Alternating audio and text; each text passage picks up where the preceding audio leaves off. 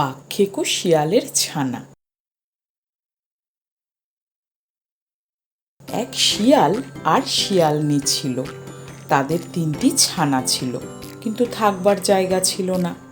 তারা ভাবলো, ছানাগুলোকে এখন কোথায় রাখি? একটা গর্ত না হলেই তো এরা বৃষ্টিতে ভিজে মারা যাবে। তখন তারা অনেক খুঁজে একটা গর্ত বার করলো, কিন্তু গর্তের চারধারে দেখলো খালি বাঘের পায়ের দাগ।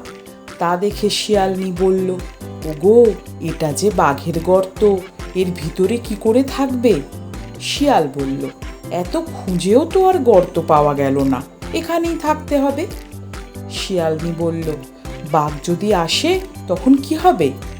শিয়াল বলল, তখন তুমি খুব করে ছানাগুলোর গায়ে চিমটি কাটবে, তাতে তারা চেঁচাবে, আর আমি জিজ্ঞেস করব ওরা কাঁদছে কেন। তখন তুমি বলবে ওরা বাঘ খেতে চায়। তা শুনে শিয়ালনি বলল, বুঝেছি, আচ্ছা বেশ, বলেই সে খুব খুশি হয়ে গর্তের ভিতরে ঢুকলো। তখন থেকে তারা সেই গর্তের ভিতরেই থাকে।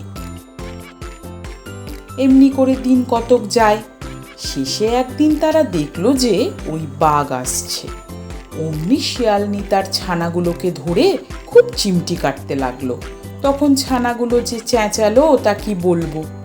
শিয়াল তখন খুব মোটা আর বিশ্রী গলার সুর করে জিজ্ঞেস করলো, খোকারা কাঁদছে কেন? শিয়ালনি তেমনি বিশ্রী সুরে বলল, ওরা বাঘ খেতে চায়, তাই কাঁদছে। বাঘ তার গর্তের দিকে আসছিল। এর মধ্যে ওরা বাঘ খেতে চায় শুনে সে থমকে দাঁড়ালো। সে ভাবলো, বাবা, আমার গর্তের ভিতর না জানি ওগুলো কি ঢুকে রয়েছে, নিশ্চয়ই ভয়ানক রাক্ষস হবে, নইলে কি ওদের খোকারা বাঘ খেতে চায়? তখন শিয়াল বলল, আরে, বাঘ কোথায় পাবো? যা ছিল সবই তো ধরে এনে ওদের খাইয়েছি। তখন শিয়ালনি বলল, তা বললে কি হবে? যেমন করে পারো একটা ধরে আনো, নইলে খোকারা থামছে না। বলে সে ছানাগুলোকে আরো বেশি করে চিমটি কাটতে লাগলো। তখন শিয়াল বলল, আচ্ছা, রোসো রোসো, ওই যে একটা বাঘ আসছে, আমার ঝপাংটা দাও, এখনই ওকে ভতাং করছি।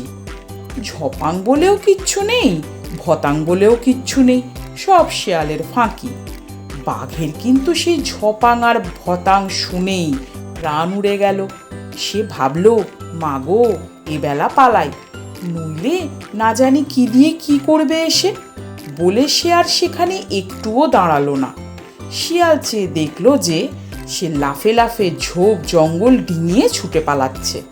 তখন শিয়াল আর শিয়ালনি লম্বা নিঃশ্বাস ছেড়ে বলল, যা, আপদ কেটে গেছে।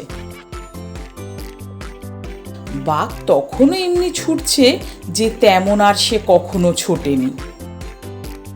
একটা বানর গাছের উপর থেকে তাকে ছুটতে দেখে ভারী আশ্চর্য হয়ে ভাবল, তাই তো, বাঘ এমনি ছুটছে, এ তো সহজ কথা নয়, নিশ্চয়ই একটা ভয়ানক কিছু হয়েছে। এই ভেবে সে বাঘকে ডেকে জিজ্ঞেস করলো, বাঘ ভাই, কি হয়েছে? তুমি যে অমন করে ছুটে পালাচ্ছ। বাঘ হাঁপাতে হাঁপাতে বলল, সাধে কি পালাচ্ছি, নইলে এক্ষুনি আমাকে ধরে খেত। বানর বলল, তোমাকে ধরে খায় এমন কোনো জানোয়ারের কথা তো আমি জানি না, ও কথা আমার বিশ্বাস হচ্ছে না। বাঘ বলল, সেখানে থাকতে বাপু, তবে দেখতাম, দূর থেকে অমনি করে সকলেই বলতে পারে।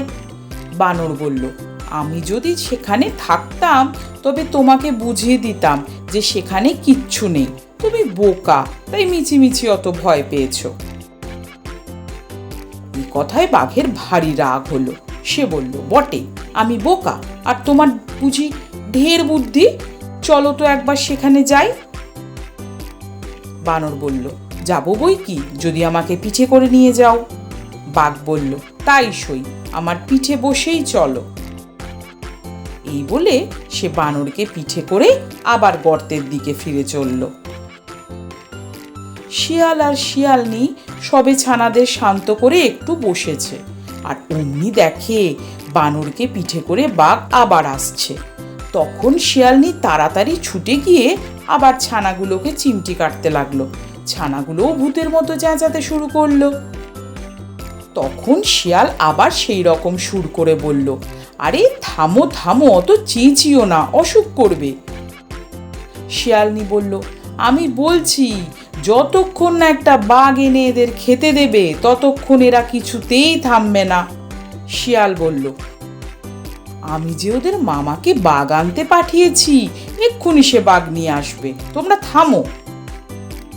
তারপর একটু চুপ করেই সে আবার বলল, ওই ওই ওই যে তোদের বাদর মামা একটা বাঘ ধরে এনেছে, আর কাঁদিস নে, শিগগির ঝপাংটা দে, ভতাং করি। বানরের এতক্ষণ খুব সাহস ছিল, কিন্তু ঝপাং আর ভতাঙের কথা শুনে আর সে বসে থাকতে পারল না। সে এক লাফে একটা গাছে উঠে দেখতে দেখতে কোথায় পালিয়ে গেল। আর বাঘের কথা কি আর বলবো, সে যে সেইখান থেকে ছুট দিল, দুদিনের মধ্যে আর দাঁড়ালোই না। তারপর থেকে আর শিয়ালদের কোনো কষ্ট হয়নি, তারা মনের সুখে সেই গর্তে থেকে দিন কাটাতে লাগলো।